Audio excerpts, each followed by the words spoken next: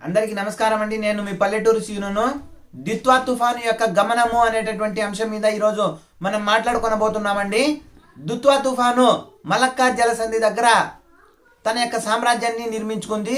మొట్టమొదట అల్పపీడనంగా మారింది, ఆ తర్వాత వాయుగుండంగా మారింది, ఆ తర్వాత తుఫానుగా మారింది అదే ప్రాంతంలోనే. ఇది శ్రీలంకకి 170 కిలోమీటర్ల దూరంలో, ట్రింకోమలికి 170 కిలోమీటర్ల దూరంలో, చెన్నైకి 700 కిలోమీటర్ల దూరంలో ఈ తుఫాను కేంద్రీకృతమై ఉందండి. కాబట్టి దాదాపుగా గంటకు 10 కిలోమీటర్ల వేగంతో కదులుతున్నటువంటి ఈ తుఫాను చిన్న చిన్నగా 2-3 రోజుల సముద్రంలోనే ప్రయాణించి దక్షిణ కోస్తా దగ్గర అయినా తీరాన్ని దాటవచ్చు, లేకుంటే చెన్నై దగ్గర అయినా తీరాన్ని దాటవచ్చు, లేకుంటే మరొక చోట అయినా తీరాన్ని దాటవచ్చు. ఏదైతేనేమి తీరాన్ని దాటేదైతే పక్కా, వర్షాలను కురిపించేదైతే పక్కా. ఈ వర్షాలు కూడా 20 సెంటీమీటర్లకు పైగా వర్షాన్ని కురిపించేటటువంటి సూచనలు దిత్వా తుఫాను వలన మనకు కనిపిస్తుందని వాతావరణ నిపుణులు హెచ్చరిస్తున్నారండి.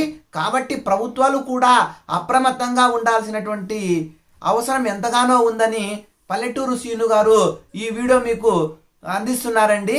దక్షిణ కోస్తాలో ప్రధానంగా దిత్వా తుఫాను వలన ప్రభావితమయ్యేటటువంటి జిల్లాలు అన్నమయ్య, కడప, తిరుపతి, నెల్లూరు, ప్రకాశం.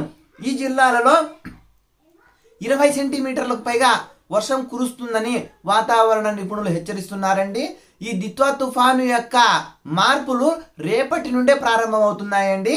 రేపు చిన్నగా ప్రారంభమైపోయి మన్నాడుకు తన సామ్రాజ్యం కొద్దిగా పెరిగి ఆదివారం నుంచి కూడా అన్ని వైపుల వర్షాన్ని ఈ దిత్వా తుఫాను కురిపిస్తుందండి.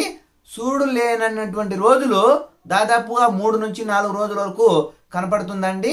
కాబట్టి తెలుగు రాష్ట్రాల ప్రజలందరూ కూడా అప్రమత్తంగా ఉంటూ మంచిగా వ్యవహరించాల్సినటువంటి సమయం ఆసన్నమైందని, ఈ తుఫాన్ నుండి మనల్ని మనమే కాపాడుకోవాలని ఈ పల్లెటూరు సీను గారు ఈ వీడియో ద్వారా మనకు తెలియజేస్తున్నారండి.